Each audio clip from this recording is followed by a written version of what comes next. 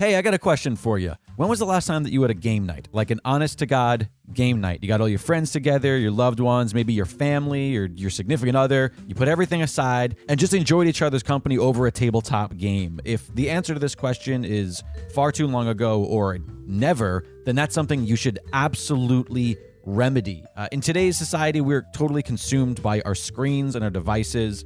We work on them, we play on them, we communicate on them, and they have aided us in so many great ways. But unfortunately, those same devices that serve our online world sort of chip away at our offline worlds. We're social creatures. We as humans, we seek that face-to-face interaction, that human engagement, the warm bodies. And tabletop gaming is an absolutely incredible way to sort of fulfill those needs and to have a really great time. Luckily, there's Gamebox Monthly. You see, Gamebox Monthly scours the world and curates super unique indie tabletop games and sends them right to your door every month. The sort of stuff that you may never discover otherwise. And there are tabletop games for literally everybody, whether you are a couple, whether you're a raucous game night group of adults who enjoy bluffing and lying to each other all in the name of fun, or if you're families who are doing like weekly game nights in order to kind of reconnect and maybe grow together. It really is an all-inclusive activity for literally everybody. So let's get together and let's put down our phones and let's figure out what millions of people already know. We are in the middle of a tabletop gaming renaissance, and discovering games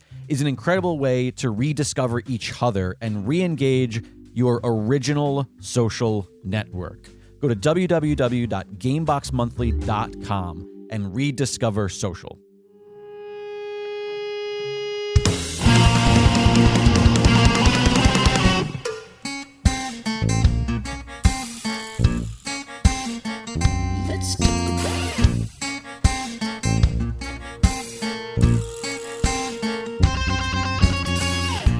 Yes, let's talk about it indeed. Welcome back to another episode of Elaborate. I'm very excited, you guys, because my guest this week is a gentleman I met once a very long time ago, and ever since, I have just become a fan. He's an incredibly talented actor, director, writer, sketch comic.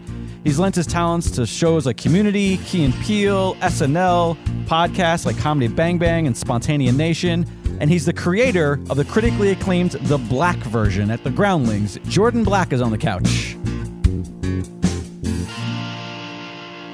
How's it going, Jordan? I'm great, man. So we met, I want to say maybe 3 years ago. Yeah, I'm terrible with all the math. Three or 4 years ago on a Comedy Central web series that was originally called Code 5 with Team Tiger Awesome and Jericho. Yeah, Jericho, Chris Jericho, right. yeah. Yeah, I love Chris Jericho. I met you and I met a bunch of people that day. It was a fantastic shoot. I think it ended up being called Nothing to Report is what they ended up calling it. That's right, yep. It's a really funny 80s style buddy cop thing with Nick Mundy and Chris Jericho. And I met you a bunch of people. I also met Damian Washington, who's actually coming tomorrow to do an episode. Cool, okay. It's totally coincidentally that you guys ended up being back-to-back on the show. Because I met him on that and subsequently would see him on television from time to time. Right. Yeah, that's the same thing you do. Like I met you, kind of weren't on my radar. No fan. None taken. And then it's weird. You meet somebody and then you see them. All of a sudden you start seeing them everywhere. Yeah. Obviously, it's because you just you're familiar with them at that point, and so you notice them in the crowd, of course. Yeah. So I always ask people, I feel like we are in, specifically the creative types here in LA, people in the industry, we are officially the slash generation. Everybody is a actor slash writer slash producer. How do you introduce yourself to people? I'm an actor first and foremost, primarily, definitely. I mean, I love writing and I've gotten into directing in the last few years and I've directed a bunch of shorts and things. And I really enjoy that and trying to do more of that. But I would definitely say, my goal and my dream was always to be an actor, and that's how I make a living. Right. And so, but I'm definitely looking to, make a transition to the other side of the camera eventually. Really? Yeah. You're trying to lean into that a little bit more? Writing and directing for sure, yeah. I think a lot of that has to do with the fact that the technology makes it so much easier now to do more. You have no excuse to not be making something. Right, if you want to. When I first started in the business, if you wanted to make a short, you were shooting on film. Right. So it's like it was a huge commitment. Yeah, financially and in every way. You couldn't really test shit. You couldn't not really remotely. play. Yeah, no. Like there was no hey, you know what? I mean, nowadays, like I have comic friends, people get together and they're just like, oh, I had this idea for a sketch and we're going to like shoot it on my iPhone. And I'm just like, all right, man, do what you got to do. I mean, and it looks good. You look at it and it looks and great. if it doesn't, who cares? You didn't spend no money. It costs you nothing to try. Right. So it's a different world now. And I think that's why you see more people, instead of sitting around waiting on, someone to buy film and then allow you to be on it. Yeah. You go like, I have a phone. I can go shoot this idea I have right now. Right. How did you get into becoming an actor? Like, would you, when I say how'd you get in, I don't mean like, what was your way into the business? I mean, of course, like, were you an entertaining kid? I always knew I wanted to be an actor since I was like 7, 8 years old. Really? Yeah. I made the decision at that age and I never looked back. Okay. And I was in the Midwest in Illinois, so I mean, there wasn't much I could do about it. Right, yeah. Where did you grow up? Right outside Chicago, small town called Kankakee. Well, I mean, if you're going to get into what you ended up getting into, you lived near the right place for it. I wouldn't have known it. Not remotely. Knew nothing about what was going on. What was your hometown like? Just small town, factory town, farms on the outskirts, so I felt no correlation to the big city. Right, yeah. Especially, like, I had family in Chicago, and I spent a lot of time there, but not in the cultured side of town. Yeah. Like, we didn't go to theater and things like that. So I didn't even know theater was a thing in Chicago until I moved away. Right, until you became an adult and discovered it on your own. Mm-hmm. Yeah, I have the same thing. I'm from Long Island, New York, and people always assume like, oh, you grew up in New York. Right. And I'm like, no, not really. No, I did it. No, no. Didn't. I grew up near New York. Right, but that was a whole other planet. Right, yeah. Right. It was still a trip to go to the special place. Right. Yeah. Yeah. It's like what people don't realize is like people are just living their lives in these small towns, even if they're near a big city. And if they wanted to go to the big city, they would already be there. They're living in a small town because they don't want to go to the city. Yeah.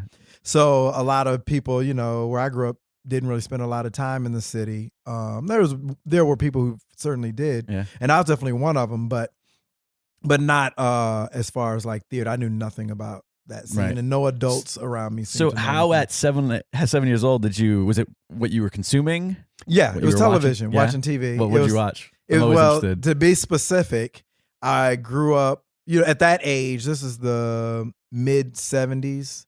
I was mid to late 70s. I was watching Happy Days was the number one show on television. Really? Yeah. So I watched it religiously every Tuesday night at 7. Followed by Laverne and Shirley at 7:30. And he knows the time. I lived for that day of the week. Wow. And the Fonz was obviously the coolest person ever. Right.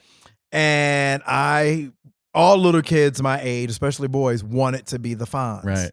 So I wanted to be the Fonz. So like in my child logic, I was like, well, if I want to be the Fonz is on TV, so I got to be on TV. Oh. And I always tell people that's interesting. You didn't want to be in real. You were like, that's what makes him cool. It was just wasn't able to do all the math. I just knew the Fonz was cool. Gotcha. And he was on TV, and I wanted to do what the Fonz was doing. Right, yeah. Now, luckily, I didn't understand the show enough because it wasn't written for my age range remotely. Right, yeah. That the Fonz was a mechanic. And I'm glad I didn't realize that, because then I wouldn't be sitting. I'd be on a different podcast right now. Yeah, talking about cars. talking about fixer-uppers. Right. Mm-hmm. Yeah. So. It's weird. So I grew up early 80s, and my big inspiration was even slightly generationally before your big inspiration. I grew up on Dick Van Dyke Show. Like, what was the Nick at Night shows? Yeah. That was to me what like made me fascinated in entertainment. Like watching like the Petries and watching Robert Petrie. Like to me that was And I grew up watching all those shows too. Sure, yeah. But specifically that time was the Fonz. Fonz was everything. Right. Yeah. And so you decide at 7, 8, or however old that was that you know that's what you want to do. And what are mom and dad doing? I was raised by my mother. Oh, by the way, I'm sorry, I'm gonna interrupt you. I saw today's her birthday. Oh, you saw it on Facebook. The audience is getting this a couple weeks late because I'm stacked up on episodes. But today, the day that we're taping is my mother's 70th birthday. Yeah, happy birthday to Mama Black. So actually, since you asked like what was her reaction, and I kind of referenced this actually in the because I never post about my personal life on Facebook, but because it's her 70th. I thought I should give her that honor. And I sort of referenced this in it, which is when I was 7 or 8 years old and I said I want to be an actor. My mother said, well, then you can do it. That's great. You can be that. And then she like signed me up for drama classes at school. And so she wasn't just supportive, she was proactive. She was proactive. That is a game changer. And she wasn't like being a stage mom, like, because she was not going to move to Hollywood. Yeah. And that was not, and trust me, I know this only because I begged her my entire childhood, please let's move to LA. Really? And she would go like, well, maybe. That was always her answer. Right, yeah. Well, maybe I'll think about it. Yeah, which she she's just not like, thinking about it. not remotely gonna It's just happen. her way to shut you up for Right, another day. yeah. But she encouraged me, like, you could do it, whatever you want to be, you can be that. So I give her all the credit. That's great. Yeah. And inversely, what about dad? Well, my father, my parents weren't together when I was growing up.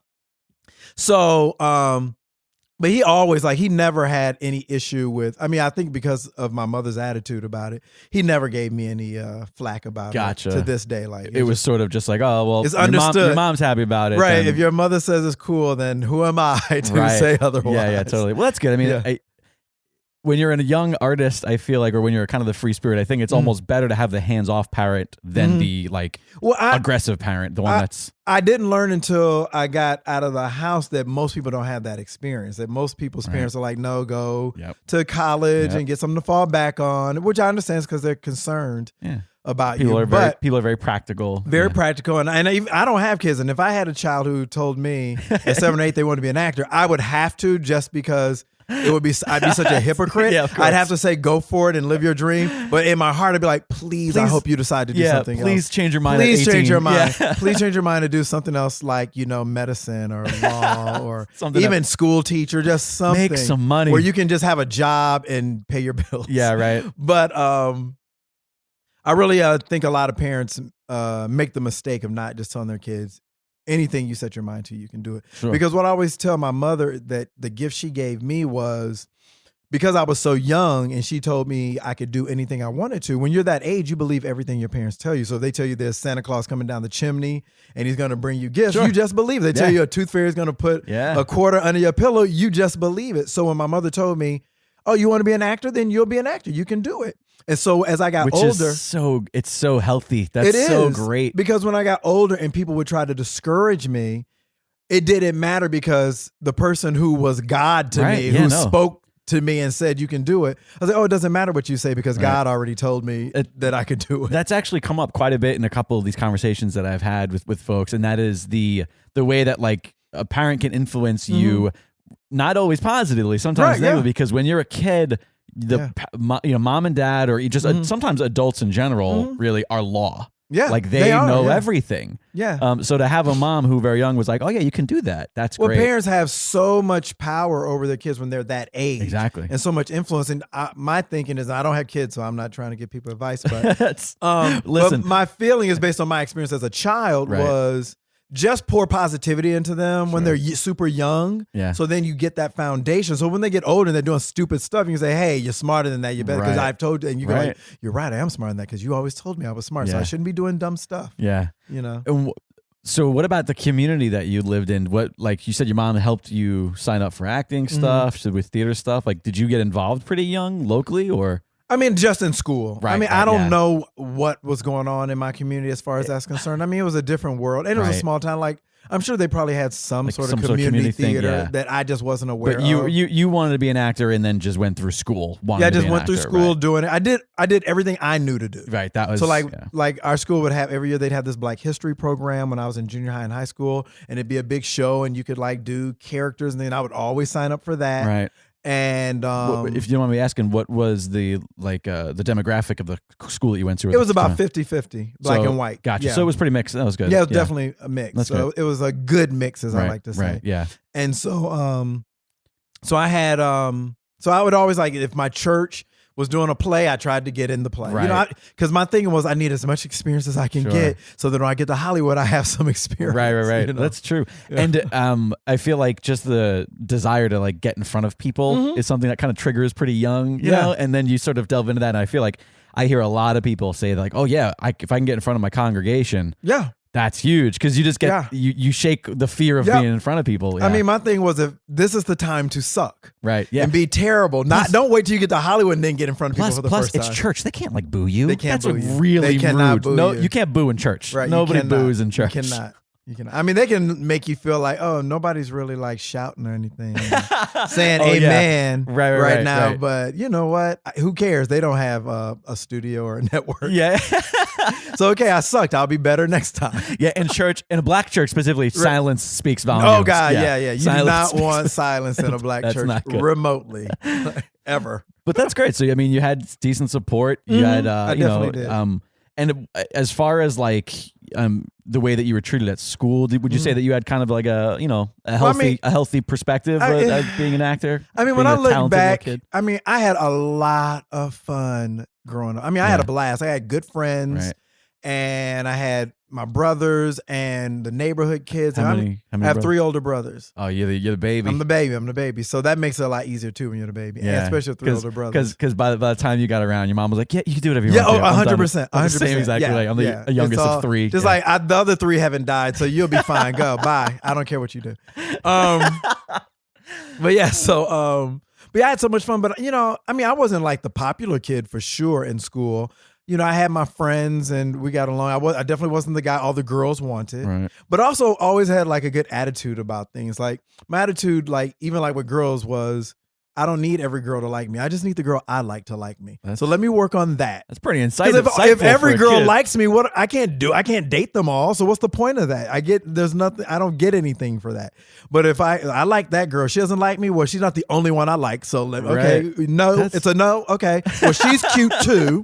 So let's see. And and every once in a while, a girl you liked you back, and that was good enough. That's for me. very, very insightful for a young man. To thank God I figured that out, because otherwise it's like, oh, nobody likes me. It's like, well, no, never. You're never gonna have a day where everybody likes you. And that's also, I mean, it is. I just think it's generally sort of rare that the creative kid is like the most popular. Yeah, anyway. It's very. And when I hear actors who are like movie stars say, "Oh yeah, I was class press," I'm like, "Fuck you! What are you doing? Got in this industry. I was prom king. Fuck you! What? Like, tell me about your pain." Yeah. Isn't it the worst when like somebody who's just like really super handsome, and just like super charming, and always is also really funny? Does that bother you? It bothers me. Yeah, like, it does, of course. Because I'm like, why are you funny? Yeah, I remember you didn't have to be. I remember when I saw the 21 Jump Street remake. Yeah. And I was like, Channing Tatum, get the fuck out of here. Yeah. Like, you're not allowed to be that funny. But I just hope that maybe he wasn't that handsome in junior high and high like school. maybe he grew into worked out. I got bad news. I don't think he did. I think it was.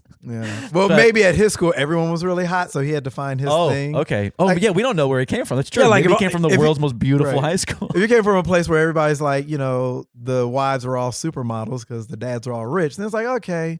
So you had to find your niche, which was being funny. So yeah, the worst thing that I ever did for my self-esteem was moving from New York to Florida and then to LA. Because I moved to Florida and I kind of like grew into being a man in Florida, and I'm like a Florida 9. And then I come out here and I'm like an LA 2.6 tops. Yeah. Yeah, that's not good for anybody. That's not good. Yeah.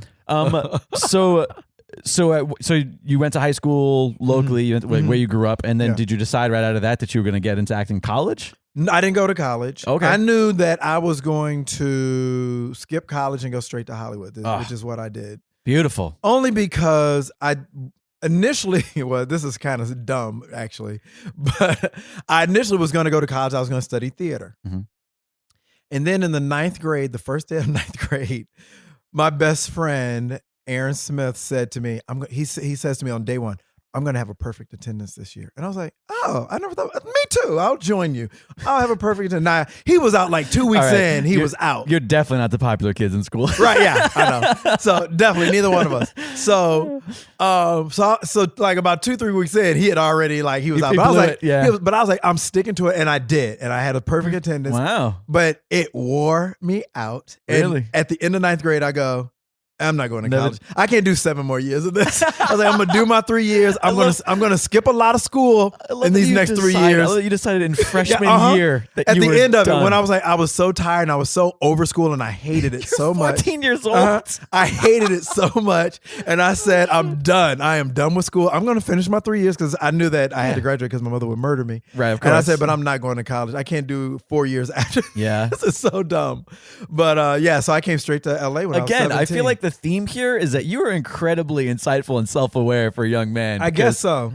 I think it helps when really not to keep going back to it. No. When you have a parent who is supportive of your dream. That's what it's, I mean, I harp that so much about how like, and not just parents, I mean, everybody's experience is a little different, like the community. Like I feel like as supportive as my mother was, like she's also a single parent, my dad not around. She was that like, yeah, do whatever you want to do kind of thing, but also she was working 2 jobs all the time trying to make ends meet. So it's like, whereas like you said, like we talked about how like a proactive parent, like my mom was supportive, but she didn't know what to do for me. And just like me, like even the fact that you were like, oh, I'm not going to go to college, I'm going to move to LA. I didn't even, that was so not on my radar of a thing that you could even do. Yeah. Like that, where I'm from, it was just like, wait, I can move to Los Angeles? Like that's a thing I can do? And it's growing up in New York, people think like, oh, why don't you move to the city? Right. But I knew I didn't really want to be like a stage actor. And at that time I was like doing community theater in like college years. And I was like, but I mean, I was like.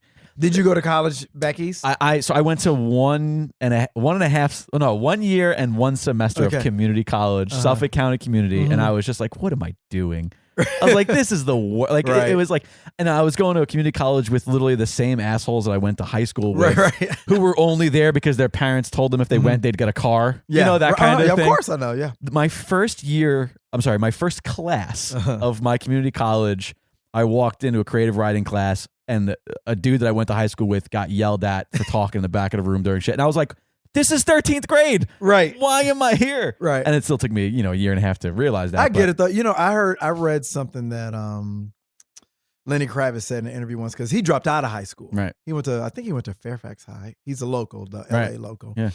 And he said he was a musician already, obviously. Right. Yeah. Clearly he had to. Right. He said school, not like school in general, I don't think he meant, but he said at a certain point, school is for people who don't know what they want to do. He said, I knew I wanted to do, so I just went and did it. Wow. I remember, it's so simple. And that really helped me because it was the first time like I could articulate like why I didn't go to college. It was like, yeah, I knew what I wanted to do. So like if I didn't know, or if I was going to do somewhere it required a degree, of course. Sure, yeah. Or if it was just a thing, I'm not sure what I'm going to do, so let me go to college and get a degree so I have options. But I knew what I wanted to do, so I didn't need to go to college. Honestly, it's beautiful. I mean, that's absolutely and all my beautiful. friends who are actors and went to college, to a person, all say it was a waste of money. Right, yeah. So, I mean, honestly, it's that type of wherewithal that I wish I had as a kid, right, or even as an adolescent. But most people don't. I mean, most of us don't have that. I mean, I was blessed to have, the situation that I had where I, was steered towards my dream. It seemed pretty streamlined, which is something that's honestly, it's kind of rare. It's refreshing. I sat down with a lot of artists. I had plenty of people who tried to discourage me. Right. It was just because my mother was the one who told me I could do it at a young age, and I believed it, that nothing else could get me off that path. Yeah, props to mom for being a beacon. Yeah. Yeah, my whole thing too was like I knew that I wanted to be an actor, and I knew that I wanted to be a stand-up, but I didn't really know how to do either one. Right. Neither did I, by the way. Right. Well, I mean, you had enough wherewithal to know LA is where it happens. Yeah, I didn't even have that, And so I was playing in bands at the time, and I was like, oh, I like music. I never saw myself like becoming a rock star, but I did music because that was the only thing that I could see that was tangible. Like I knew how to make a band and get booked in club, and get booked on shows.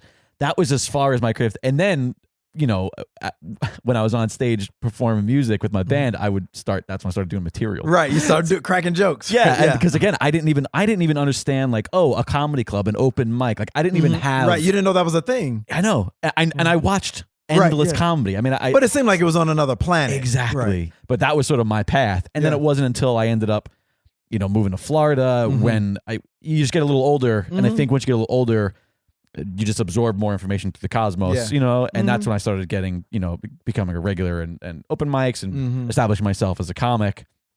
But even then, my route, even to then come to LA, was 4 years after that. Yeah. I didn't come to LA until I was in my, mid to late 20s.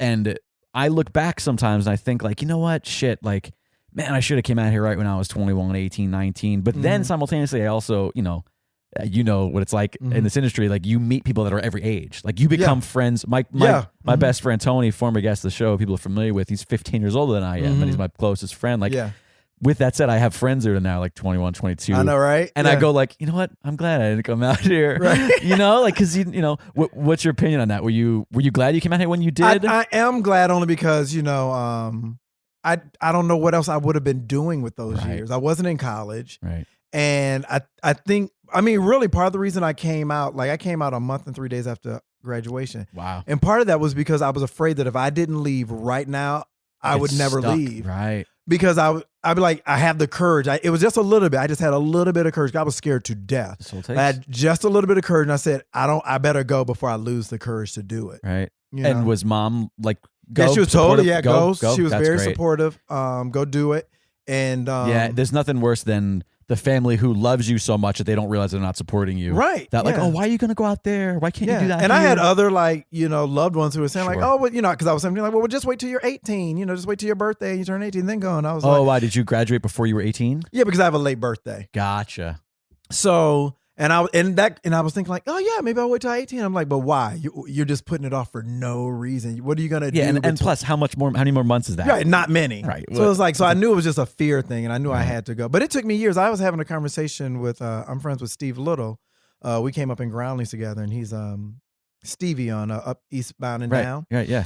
And he and I had a conversation years ago about this very thing about coming to LA and not knowing at all how to get in show business. Right, yeah. And he was saying how the difference for people like he and I who came out to LA, you know, knowing nothing. Right. And it takes you years to figure out just how to get in the business. Right, yeah. Because you just have zero clue, as opposed to people who either grew up out here or who have family members or friends who are in the industry. And so it's like, oh, well, let me get you a meeting with my agent. Your list, your to-do list is like, number 1, move to LA, and then like 2 through 10 are just blank. Yeah. And you're like, all right, I did the first thing. Well, you know, and now what? It's something that Chris Rock also said that I always thought was very apropos of this, which he said like when he would meet people who would say like, you know, like who either had family members or somebody in the industry, and they say things like, oh, you know, my family didn't, you know, help me with my career. They just like, you know, they just sort of like opened the door for me, or they just sort of you know, helped me, you know, get in the door. But I had just to like do the work. like, or even just the information, just right, provided you with information. But Chris made the point of, he said, yeah, but that's the,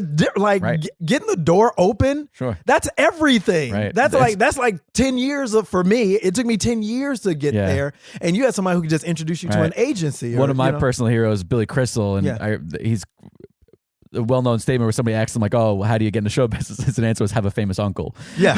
Like it helps. That's usually how it goes. Yeah. But so you got out here at less than 18. You got out here at 17 years old, which is interesting because, you know, the thing that I associate you the most with is Groundlings and sketch comedy. Yeah. To come from just outside Chicago. Right. And I knew nothing about and one could Second argue City. that Chicago is like the home of sketch and improv. Yeah. If had I known about it, I would have gone to Chicago. Right, sure. But like I said, I was growing up in a town where, and it's not like it wasn't a secret. People knew I wanted to be an actor. I think they didn't know either. But that's the thing too, is also in that era, like when you think of like showbiz entertainment, you just think like, oh, Hollywood. Like you never realize that that's not even a real place. And I think like for me, like the adults I was around, like I had, you know, I took drama, I had drama teachers, and I'm like, they didn't know about Second City. Right. But I think it was the thing of, they may have known about those things, but they didn't see that for me. Oh, that's fair. Even though I said, yeah, I want to be an actor, I want to do this professionally. I think they were like, yeah, okay, kid. Anyway, because if you don't see that happening, you don't think that's real for anyone. Well, let's step back one beach and just before you moved to LA, because it's a question I always want to ask people and I forget. And when I listen back to these, I go like, oh, you know what I want to ask about? Because I haven't mentioned on this show, and I'd like to give shout outs. Do you remember like a teacher or somebody that was in your school, or somebody specifically, like whether it was like a director of a play that was like really influential on you? Oh yeah. Do you remember for acting? It was my very first ever acting teacher. I'm gonna try to remember her name now because it just popped out of my head because I'm getting older. Her name was I can't remember. So forgive me. It'll come to me as soon as we're done. Or if it comes to me during it, I'll shout her out.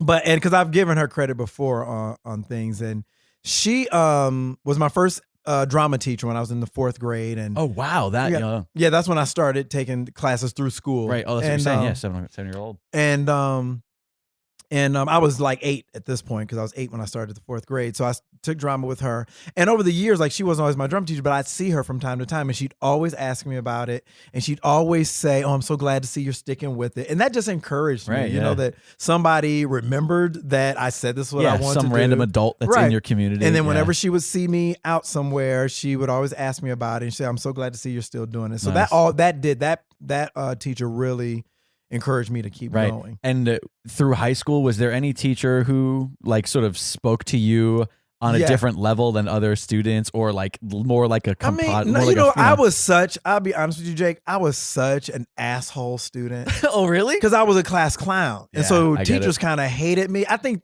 they probably really. I mean, not like in a like aggressive hate, because I wasn't a mean person. You were just a ball buster. I was just, I would like jokes, bits. I was an asshole. Really? Part of it was because I was like, I don't fucking need school because I'm going to be an actor. So it doesn't matter. Right. As long as I can get a D- and graduate on time and go to Hollywood, that's all. So I did the bare minimum. Let me ask this. Were you still a smart kid? Yeah, I think so. I mean, I know I was smart. I just didn't care. Yeah. And it's not like, it wasn't like I didn't care in the sense that I had a bad attitude. It was just like, whatever. As soon as I graduate, I'm going to Hollywood. Right, yeah. So can I get a D-? If I can get a D-, I pass, I get my credit, and I can leave. Yeah. So that's horrible. That's a horrible attitude. It is. But that was my attitude. It's interesting that it manifested that way. See, my thing was I was not a bad kid. Mm-hmm. I was kind of an asshole. Right, see, exactly. Buster. I wasn't a bad kid, but I was an asshole. But it was because I wasn't a bad kid that the teachers all, like, they were like, I went through 4 years of high school. I never did a single homework assignment in 4 years. You are preaching to the choir. Right? Yeah. So I didn't do homework. I didn't do, but here's the thing: is that I was smart enough to get good test scores. Mm-hmm. So for every class, every single semester, I would usually have a 50 average because they averaged your test scores, which were usually like around 100 or high 90s, and then 0 grades, 0 homework. I was the same. And then the teachers would just be like, "Jake, just next year, try, and they would pass me because I wasn't a shit kid. Exactly. It was the same for me. Yeah. Like, I know that they knew I was a good kid. Right. Because it wasn't like I wasn't fighting. I wasn't cursing teachers out. Right. I was just, I was a rascal. Right. I was a total rascal. I was a rascal. I've never heard a friend of mine told me that once. He said, he's like, "Jordan, I just figured you out. You're a rascal." And I was like, "Yeah, you're right. That's 100% it." Was he born in the 1930s? I don't know. Like, I was like, but I had this teacher who I was just a nightmare for them. Right, yeah. Because they couldn't reach me in that sense of like, just be quiet. Right. And like, I remember my Spanish teacher, and I was terrible in Spanish, of course. She would, she called my mother once to complain about my behavior in class. Right. And she said to my mother, like, I can't get him to stop talking in class. This is 9th grade, mind you. So I'm old enough to like, this is like, it shouldn't be having this. I can't get him to stop talking in class. She's like, and he has one of the, like, when he reads, he's one of the best readers I have, and best accent, because I'm an actor. So I can do the accent. I could read really. And my mother's telling me this. So my mother's like trying to like say, just do better. And I said to my mother, yeah, I might be one of the best readers, but I don't know what I'm reading. Right. So it doesn't matter. Like, yes, I can pronounce it very well. I'm really good at playing the part of a good Spanish student. Right. Yeah. But I don't know. So I said, it's like, I can't help that teacher because I'm not going to be good at it. I got to get my D-. I get out. But it was the same thing. I wouldn't do my homework, but I could just scrape by on a test, just good enough to pass. Yep, exactly. I knew like, I can't get an F because I got to pass Spanish because you got to have 2 years of Spanish if you plan to go to college. And I was like, I still want to like have the option. Yeah. And that's smart. That's smart. So it was like so that's the thing. Like I always give myself crap about. It's like I did the bare minimum in high school, and that's what makes me a jerk. Me too. I did like exactly. That makes me a jerk. And I also felt like because of that, and this is definitely more so with certain teachers. Obviously, some teachers are. I feel like the teachers that were a little bit hipper, so to speak, the ones who might have themselves been the aforementioned rascals. Mm-hmm. They always sort of talked to me like an adult. And that was something that I noticed in school. I noticed that certain teachers talked to me different than they talk to other students. Teachers would curse in front of me or at me. I had that. Yeah. And I get a shout out to like my band. I was a big music kid. So I like my band teacher. I was in like marching band, jazz band, concert band. So I spent so much time with John Brierly, Mr. Brierly. I'll never forget him. I remember a senior in high school when I told him that I was going to go to some like 5 Towns College, which is this thing on Long Island that's like this, I don't know if you call it a vocational school, but it's strictly like, audio engineering or TV. And it's like one of those schools where all the teachers there are failed at those things and they're miserable. Yeah. I remember when I told him I was going there, he called me into his office and he was like, "Jake, sit down." And I sat down, and he turns around, he slams the door behind him, and he goes, "What the fuck are you going to do at Five Towns College?" And I was just like, I was petrified. And he was like, that place is just, I know everybody who teaches there. Just just do it. Whatever you're going to do, just go. Don't spend the money there. Just go do it and learn it. I definitely had people like that. That's great. Yeah, though. I think those teachers make all the difference. I remember I had this teacher, Mrs. Godfroy, in the 9th grade as well. And like English was always my best subject. Yeah. So that meant that was the class that I misbehaved the most in. Of course. Because it was so easy because I didn't have to worry about the teacher saying like, well, maybe if you shut up sometimes you get better than an F. And so I was like, I didn't want that to happen. You had the grades to defend your the grades actions. to go like, hey, I'm an asshole, but look at my grades. But I remember like one day I was being an asshole in class and I was reenacting for my classmates. On Monday, we would all come in and talk about Miami Vice on Friday because Miami Vice came on Fridays and we all loved it. And so on Monday we come in and talk about, did you see me? So I'm reenacting a scene. That's hilarious. I'm just being obnoxious though. Right. And my teacher's there. And then when I'm done, she goes, have you ever thought about taking drama? Now I'd been doing drama for years at this point. And I think this was 10th grade actually. And I just stopped taking drama that's a whole nother story, but I just stopped taking it. But I told her like, yeah, I'd been taking it for years and years. She was like, yeah, you should think about that. And I was like, that really encouraged me. Like, wow, so I'm good at this. Right, like, yeah. Because I know she hates my guts. But she saw something just now. Like, wait, you can act. That's great. It's like, you're a pain in the ass. And if I can get rid of you, I would. Also, very funny. By the way. Yeah, exactly. Funny. You're very talented, man. 5 stars. Very talented young man. Yeah. All right, so I know we hopped a little bit back, but let's come back to it. Just because you're in your teenager, you're in LA, I'm assuming you're figuring out the ways of the industry. You're getting into it. Like, when did you sort of discover sketch? Well, when I started doing improv when I was 12 in junior high. That was when first I was introduced to it. So you were aware of improv. I was aware of it. That Chicago was the hub. Gotcha. I was aware of improv as an acting class exercise. Right. I did not know it was something that people would pay to watch and see. Right. I did know I loved it. Like I remember the first improv I ever did. I remember vividly. And it was like that thing where you go like, oh, this is what I want to do with the rest of my life. I just didn't know that you could actually do it for the rest of your life.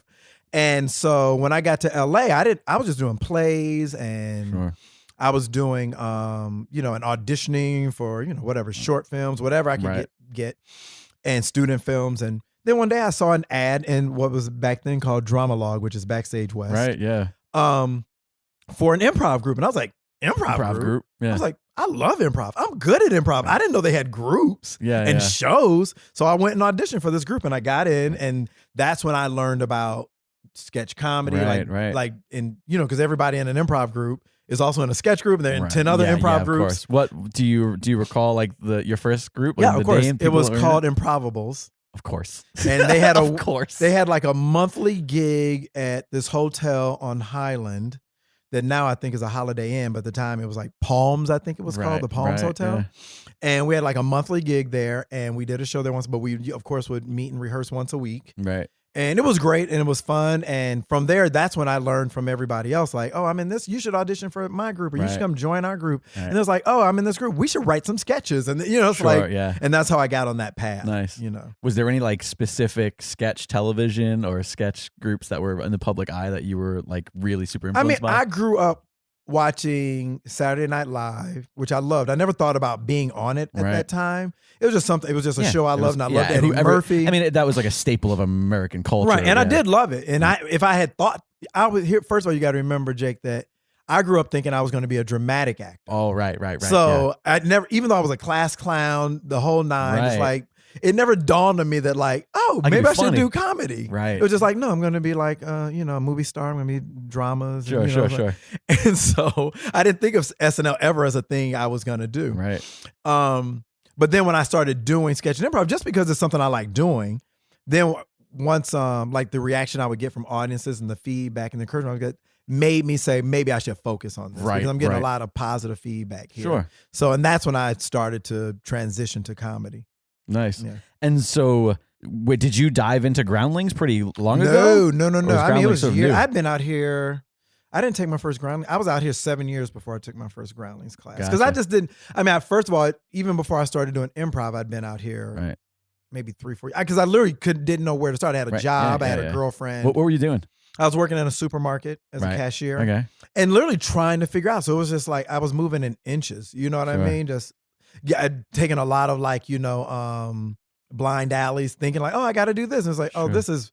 Then later going like, that was 100% a waste of time. Right, yeah. Like, because you're getting advice from people who don't know anything, who have good intentions. And ultimately, nobody has the right answer. It's different for everybody. Right. And everybody's got their own path. When you're out here struggling, mom is still back being supportive? No, my mother actually moved out here 6 months after I got out here. Oh, great. Yeah. And because I was the youngest, and so I'd like, she was living alone in Illinois, which at the time I really hated my hometown. I was so glad to get out of there. So I was like, why are you staying there? Get out of there. You don't have to stay. So she came out here, and she lived out here for years. She doesn't anymore, but she lived out here for years. And eventually all my brothers were out here. And my nieces so the and family nephews. kind of relocated. And then they all eventually went back, left, except for one. Else. I have one brother who still lives here. Oh, but, nice. But well, that's great. I mean, that's rare. That people have a story where they come to LA and then they have also a support have family. System. Yeah. So I did have that for a while. That was a huge help. That's super. And what about dad during those years? Yeah, my dad's still in Kankakee. Really? He's married. Where is that? It's about 50 miles south of Chicago. Gotcha. So he's still in Illinois. So he's retired. He lives there with his wife, and that whole time that you were out here struggling, he was just like still on that. Like, well, as long as you're doing what you're doing. I mean, he's like, as long as you ain't in my pocket, live your dream. That's what it really was about. Yeah, it wasn't necessarily an abundance of support as much as it was like, at least you're not asking me for. I mean, I know he's very proud, right. Of my work and everything that I've done. For sure. I know he loves it. But yeah, he definitely never like. Ever for a second, which is like he bought my plane ticket. That was my graduation gift. Oh, that's I asked great. him for a plane ticket to LA, and that's great. He bought it for me. And that's the ultimate sign of support. Like you're literally paying for the plane that your kid's going to take to get as far away from you as he can at the moment. Right. And so you got mom out here, you got brothers living out here through that support system. Like, is there a specific point where like stuff starts picking up necessarily? Groundlings. I mean, like I started doing sketch and improv out here, and then from that I heard about Groundlings. Oh, right, yeah. Because I heard about Second City before I heard about Groundlings, and I thought when I heard about Second City, I was like, I guess and then I started going, am I going back to Chicago? 'Cause I wanted to do like. So you started seriously thinking about it. I started thinking about like I should, because I want to do, I'm enjoying this. I should do this on a bigger scale because I feel like it's going to help my career. Right. And then I found out about Groundlings. And I didn't go to, and so then what happened was I called the Groundlings to find out. I was like, because I knew nothing about how the Groundlings worked. I said, I'd love to audition for your company. And they were like, well, you don't audition for the company, you audition for the school. And so once I heard that, they're like, you have to take classes. And I was like, it costs a lot of money. Right. And this is my first, I was like, scam. Right. I'm out. Right. No, thank you. I keep doing what I'm doing. Right. So I kept doing what I was doing for a few years. And then I realized I'm doing all these sketch shows and improv shows and nobody cares. Right. No one's coming to these shows. Right. No casting people, no, Lauren Michaels isn't coming. Yeah. And I was like, okay, I'll bite the bullet and I'll pay the money and play the game and take Groundlings. It's sort of like, so like growing up, I was obsessed with sketch. I mean, the state is to this day is one of like the most inspirational. It's like one of the most inspirational things to me. It is. Yeah, it's great. And then I mean that's not to mention and everything they've like, done after that. I know that you work with Cedric on. Cedric. It's pronounced Cedric. See, look, that's not your fault. It's spelled Cedric. And I was about to nerd out about how much I love the guy. I don't know the spells. No, but it's spelled Cedric. So I always tell him it's his mother's fault. Right. She spelled it Cedric. Spelled it Cedric. But pronounced it. She just put an IE in there. Right. And then everyone would at least wonder what it. But yeah, so I mean, I know you work with him. Like so after that, from Viva Variety, and then of course Reno 911. I mean, like that stuff formulated so much of who I was and what I wanted. But then I got into just doing stand up, and when you just do stand up, it's what I do like about this is that it has changed. But at least a decade ago, like stand up and improv were sort of two different worlds. Like we can thank the alternative comedy scene for sort of blending them together. We can thank stuff like Groundlings, stuff like UCB. But I was sort of hoity about improv and about sketch. You know what I mean? Like after being a stand up for so long, you start especially when like you start working shows. With these very small town sketch groups, and they're all sort of that same archetype, and you try not. Well, there's definitely sort of like it's like mimes versus clowns. There's sort of like this. this like sort of competition, sort of It's like rivalry. BMX versus skateboards. Yeah, yeah. And Ultimately, and you're all doing feel, the same you thing. Feel, of course, yeah. And you feel that, like, sketch people get a lot of shit from Right. stand-ups. Like, well, Yeah. and don't call yourself a comic, Right. It's like, well, I'm not saying I do what you do. I'm saying we do comedy, like, and we'll all end up on the same shows so and in the I same suffered movies. from that. So admittedly, I was that guy. And when I moved out here and I looked into doing Second City and this kind of stuff, I definitely struggled with also the fact that I feel like some of these places out here are sort of factories where they're just churning. Yeah. And there are at any given day, there's a ton of people getting off a bus out here in LA. I like that we still say that, like anybody actually takes a bus to LA. I know, but I always like it's say a trope, but there's people getting off of camels. People are getting off of their old old carriages, covered wagon, the covered wagons, and flooding improv places. And so of course they're gonna just turn them out. And so it's hard to kind of filter through some of that stuff, but I do because feel, you don't know. Yeah, and I do feel ultimately the cream will always rise to the top. It does, yeah. I have a lot of friends who I give shit to this day. Some of my closest friends, actually, some people who I think even that we have mutual friends about, who I give shit for coming through those, those factories, but ultimately, like, they're doing great things now. Yeah. And whereas I might have been like, 2 years ago, like, oh man, you're spending more money on this, or you're doing this, or if you're good at it. You'll rise to the top. I mean, my thing is this. Like with Groundlings, my experience, like I went into it with a bad attitude. Like, I guess I got to fucking play the game to try to, get on Saturday Night Live. That might be why I haven't gotten it, because I feel like I would self-sabotage. But once I got in there, I immediately knew that I had the wrong attitude, because I always tell, like, because I taught at Groundlings from time to time, and my students will ask me, like, they'll see me in a show, and say, oh, you're so good, and then they'll see themselves, like, at basic level going, like, will I ever be that good? And they'll say to me, like, they always ask me, like, did I struggle the way they're struggling? And what they're asking you in short is, can I go from here to there? No, did you suck like I suck right now? And I'll tell you the truth, Jake. I always tell them the truth, which, like, no, I didn't. I always was good at this. But I just tell them the truth. I love that. But I tell them, but what the Groundlings did for me was I had raw talent. Like, I had a natural affinity for improv. Right? Sculpt it.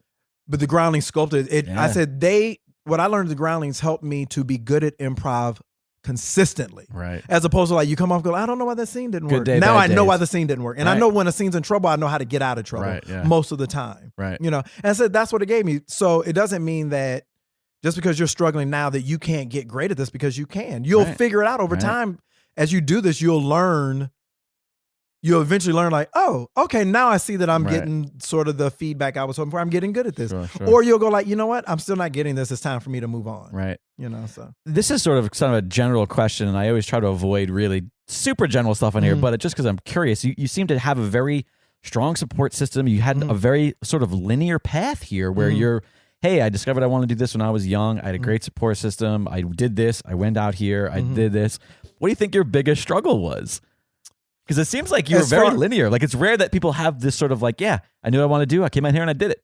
Well, I would say, in all honesty, if I had to have a regret, which I try not to have regrets, because I feel like, I make a living, so what can I really complain about? Of course, yeah. But I do feel like if I met me at 17, I would say do stand up. And I'll tell you why, because as a Black person, I learned after going through the Groundlings program and making it the main company and getting seen by all the people who see you at Groundlings, is that when you're looking, whether it's SNL or Mad TV or whomever, or movies or sitcoms, when they're looking for funny Black people, they go to stand-up clubs. They don't come to Groundlings. So that world doesn't know me. Like, the Black comedy world doesn't know me at all, even though I've been out here forever. Doing comedy. I would have never thought that was a thing. That's interesting. Yeah, why do you think that they do that? Because why would you go scout out Groundlings when you're looking for Black talent and you're going to see maybe 1 or 2 Black people, where you can go to like a stand-up club and see 8, 9, 10 Black people in one night? So it's more about just the fact that there maybe aren't as many Black people. I mean, you go to the Groundlings on a given night, there'll be no people of color on stage. So if I'm casting some movie where I need a bunch of Black people or a TV show, I don't have time to go to the Groundlings. I'm not going to go sifting and for risk, gold. Yeah. Right, and risk that I'm not, the 1 or 2 you got aren't right for it. That's interesting. But if I go see 8 or 9 stand-ups in a night, it's probably going to be 1 or 2 that I at least can call in for an audition. Yeah, I mean, if you go to a club that has a ton of Black comics on one show, or right, as they call it in stand up, the urban shows. The urban which night, is like the most black ridiculous. people, we just call it black night. I know because we can. Yeah, exactly. Yeah, but yeah, that would be the thing. I was like, even if you love sketch and improv, do that, but also do stand up. Right. Yeah. Because it's just going to open way more doors for you. Interesting. Yeah, because stand ups look at people like me and go like, yeah, whatever. Right. The black stand ups, like you ain't funny. Like you get that vibe. Wow, from them. interesting. Because like I saw this thing. Do you think that, I mean, and this is all just projection of what I assume would happen. Do you think that because improv and sketch is so predominantly white, or at least it was for so long, I feel like now it's becoming way more diverse, but do you think that because it's becoming way more diverse than it was, but it's still super white. Yes, so that's the problem. Okay, so do you think that because of that black comics think of you like as a sellout, or like they sort of discredit your blackness? Oh yeah, 100%. I'm going to give you an example of it. I saw an interview with Russell Simmons, and he was talking about Key and Peele, and literally, and I'm going to quote him. I'm going to use a slur because he used it. He's black, he can. And he said, "We didn't pick those niggas." Right. And my thing is like, and I know where he's talking about, meaning like Black America didn't pick them. Like they're put out here, they're these movie stars now, they're doing, and we didn't pick them. Like, yeah, but that's only because they didn't do stand up. And that's the part Russell doesn't understand he's talking about. Right. He doesn't realize that, they're actors. Yeah. And they've been working for years. They're black actors who do comedy, and he's going, well, where'd they come from? Well, they came from Second City. Right. They came from sketch and improv. He would never say that about the Wayans family. Right, because they don't come from stand-up. They don't come from stand-up. So, mostly. My thing is, I know where he's coming from, this place of like, he's going, white Hollywood picked them. And it's like, well, no. Right. They did sketch and improv, and they were really funny and talented. Right. And so they were able to build on their career. They just didn't do stand-up. I know Key and Peele personally. If they had done stand-up, they would have crushed it. They're that fun. They're super talented. Yeah. They just, for whatever reason, they ended up on that path. I mean, when you say we didn't pick them, like people tuned in. It wasn't only and white black people love them. That's what I'm saying. It wasn't only white people watching that show. But because Russell comes from the stand-up background, he had Def Comedy Jam. Yeah, of course. I think he feels a certain ownership, which he rightly should, to the black comedy world. Right. Which I get. And so he looks at these two black comic stars blow up, and he goes, "Well, I don't know them." Right. Yeah. And it's like, yeah, you don't know them. They're not stand-ups, and it's okay that they're not stand-ups. Yeah. So that's the battle that we are fighting. Wow. When you're black and you come from sketch and improv, you got to fight that battle in your community to say that no, this is just as legitimate. Right. If I can come on stage and make you laugh, that's a laugh. Like whether you're black or white, it doesn't matter. Yeah. I can make black people laugh. I can make white people laugh. Right. It makes no difference to me. Right. I wonder also if a lot of it too is, and this is something that as a comic for years I definitely experienced, and that is like black comedians doing black stand-up versus just black comedians. Well, I mean, like, and I definitely have issue with that. Meaning, do your act. I think you should be true to who you are, right? Whatever that is, precisely. But if you can't do your act in front of any audience, then you ain't for real. To me, I can't respect that. If you're a black comedian and you won't perform in front of white audiences because you don't think they're gonna get you, then you're not funny. I struggle. And I say the same thing about white comics. Right, if you can't get up in front of, because there are white comics who would never play a black room, then you ain't like. I look at Seinfeld and he is funny as hell and he could play any room, right? Yeah, and that's obvious. And there's a lot of black people who love Seinfeld and love his show and love his stand up. And I'm not. He doesn't play black rooms, but he could. Right. Yeah. But here's the thing: is that his audience is a mixed audience at the level that he is. So it's more about the fear-based stuff. Yeah. It's more about, and that's something that I always struggled with too as a stand-up. And I understand the fear. Especially, I'd be more afraid to perform as a stand-up. I'd be way more afraid to perform in front of a black audience than a white audience. I was petrified. My first, quote, urban night, I'll never forget, it was at the Tampa Improv. I was petrified. And I did better than I ever did. Right. That night. That's funny. Do you mean? And it was also because like you learn also like expectations are sometimes different. And I ended up, my writing partner at the time was a black comic, and we used to talk about like how like the urban crowds come for a different type of show, and whether or not that was a problem. Like, for example, at any urban night, brothers show up and they're in suits. They're dressed like they're going to church. Like it's an event. It's an event. Going to a stand-up show it's going to a show. Right. It doesn't matter whether it was a musical they're going to, a concert. Yes. I have friends, comedians who are black, and they just do their material, and it will work anywhere. Yeah. But like other black comics in the community despise them a little bit or don't like them. It's jealousy. Oh, When you can play, when you can 'cause- play all the rooms, Right. and I can only play one room, that bothers me. Right. Now it should bother me but it should bother me and Sure. and it should motivate me to get better. Right. But some people don't want to get better. Right. They want to believe I'm already great. Well, okay, then Sure. shut up. If you're already great, shut up. Right. Because people who are secure in their talent don't talk shit about other people.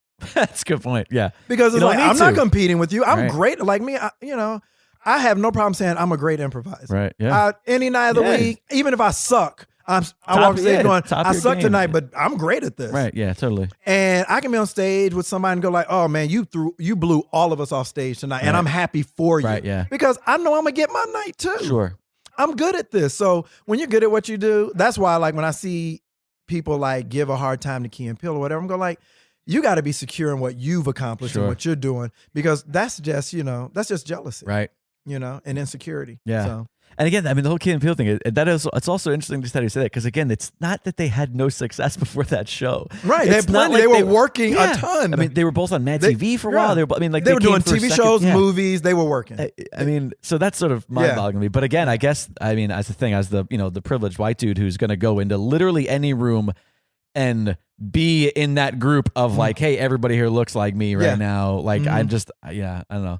I feel like it's interesting to me. I risk, this is just transparency. I always risk sometimes having conversations with pretty much any person of color or even women that like these conversations always sort of end up divulging just about that. But I think it's also just because like my perspective is that of who I am. And for the most part, a lot of people don't hear these Right. conversations until, like, I can have this conversation with black people all day, Right. but if white people don't hear it, then Right. it doesn't matter. Yeah, no. Because we already know. Right. Let me ask you this. So, and this isn't a cheap pop promotional segue because it's relevant to the conversation. I'm so good at this. Do you feel that the black version gets a really good multicultural audience? I definitely compare to most improv audiences. Okay. So we get a lot of black people, but saying a lot isn't, like let's say, so it's still a predominantly white audience. Oh yeah, really? It's predominantly white. That was you thought it was the reverse. Yeah, I mean, No, I would predominantly assume because of the name, because that's another thing too. Is I spoke to somebody not that long ago about your show. Crap, I can't remember who the guest was. And anyways, I spoke to somebody about it, and they were like, "Oh, is that like for black people?" And then I was like, "No, what are you talking about? Like that's." No, it's that isn't even a thing. Show. That's not even a thing where there's not, something that's for black people. Right. Only. Yeah, that's not a thing. But so that's why I would assume that, that, but so it's still not a predominantly I mean, black because it's audience. an improv show, Right. and improv audiences are white. Wow. When black people want to go see comedy, they go to stand up. Right. So we've slowly been able to introduce which you would think that the aforementioned Key and Peele would have really busted the door open. And I'm sure it did. I'm sure it helped. I mean, because Key and Peele were original cast members of the black version. And so, like, maybe after we've been doing the show about a year, they started doing Key and Peele. Gotcha. So they were doing Key and Peele around the same time we were still just starting the black version. So I don't know how much Was there any overlap. Was there any overlap? I say, did they leave and then No, they definitely came back and did did shows from time to time, Wow. even while they were doing Key and Peele. And did that increase the profile of the black version at that time a little bit? I don't know about the profile. I mean, because you guys hit the ground running too. Yeah, we always sold out. And We were that's- at Groundlings. that's, 8 years? How long have you been doing that show? We've been doing it since 2010, so 7 years. 7 years. Yeah. Wow. So we've always right. Yeah. So we've you hit the always ground sold running. tickets. Right. Yeah. They haven't done it in a while, so I'm sure if one of them came to the show Right, now, it would be it was like the huge. tickets would just sell like yeah. crazy. But we always sold out, so that wasn't an issue when we were at the Groundlings. Right. But yeah, so I'm sure that their show, I have to assume that some people saw like pictures of them in the black version cast or something, go like, oh, Key and Peele, and came and saw shows, absolutely. and that introduced them to our show. Right. But also like, I think because, just word of mouth, the few black people at the time who may have heard a little bit about our show, then spread the word to other black people. Right, So right. definitely I always get a thrill when I see a lot of black people in the audience, because they're going to get the show on a That's level. so interesting. They're going to get the show on a level I that know. a white audience doesn't get, like a lot of the inside jokes. Sure. I mean, for those listening who might not be familiar, the black version essentially is an entirely improvised show in which you're provided with just movie titles of popular film, and you perform the black version with an all black cast. Right. And we have all black cast, and then the audience gives us the title of a real movie, Yeah. and like Star Wars or Titanic, and then we improvise the black version of that movie. And it's so much fun. Yeah. Have you ever had a really challenging one? I'm just curious. Like, was there ever a sure title that? Well, here's the thing. The real key is because our director is Karen Maruyama, and as long as she knows the movie, then it doesn't matter because she's really the one directing it and casting it and breaking down the scenes for us, saying, okay, in this scene, this is the scene where Luke finds out that Darth Vader is his father. So you just improvise the cliff dialogue. Notes. Yeah, you get the cliff notes and you improvise the dialogue. Well, that show, I mean, I have been to a couple of them. Right. It is one of the funniest things. Thank you. And it is accessible to a white dude from New York. Oh, 100%. I mean, it is interesting that you say that because, again, I assumed, if I recall, actually, the few times I've been there was definitely quite a mixed audience. Yeah. But I was curious if it was, leaning I mean, towards definitely it's more white than black. But, like, you go to, like, anytime, like, if I do a regular show at the Groundlings on Wednesday nights, and, it's a mostly white audience. Right. And if I see 2 black people, 3 black people, I'm like, let's get it in. You're right. So at our show, we get more than that. And Sure. so it's always nice. Right. It's always just a thrill to perform. Well, man, you're an absolute delight. It was a pleasure getting to know you a little bit better. I'm thrilled for all your success. Every time I see your name pop up in an episode of whether it be a TV show or a podcast I listen to or something, I'm always ecstatic. I always think you're really great at what you do. Thank you, man. So glad you were able to come and hang out with me and do this. How do people find the things that you would like them to find? You can reach me on Twitter and Instagram at fake Jordan Black.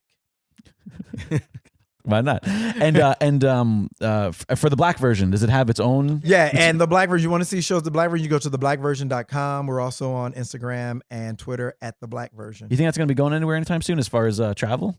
I mean, we always play, and we're going to be going back this year to the San Francisco Sketch Fest. It'll be January, February. Nice. We don't have our exact date yet, but you can check us out when that rolls around. And right now, we don't have any road gigs planned, but we usually have some. Just if you go to the website, we always any talks of figuring out a way to get it more nationally available? You mean just the live show? Yeah.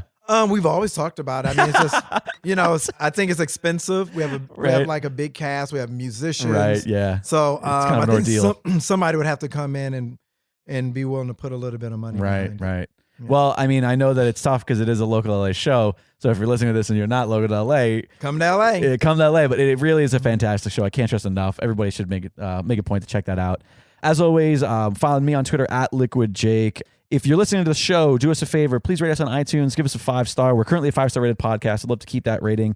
And I'd love to hear your thoughts. High ratings and lots of reviews allow people to find the show organically. It adds the show to certain category ratings and category listings. So that stuff is super important.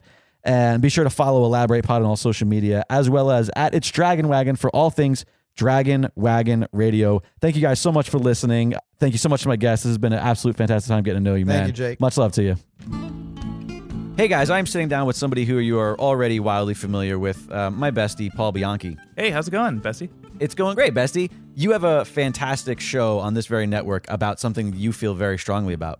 Yeah, it's actually it's literally fantastic because nothing like a good fantasy of Greek mythology.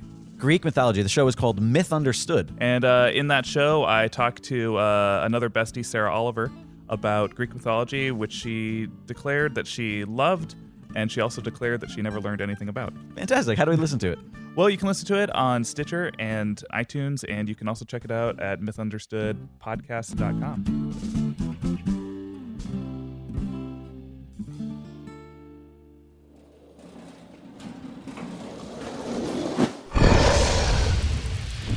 Dragon Wagon.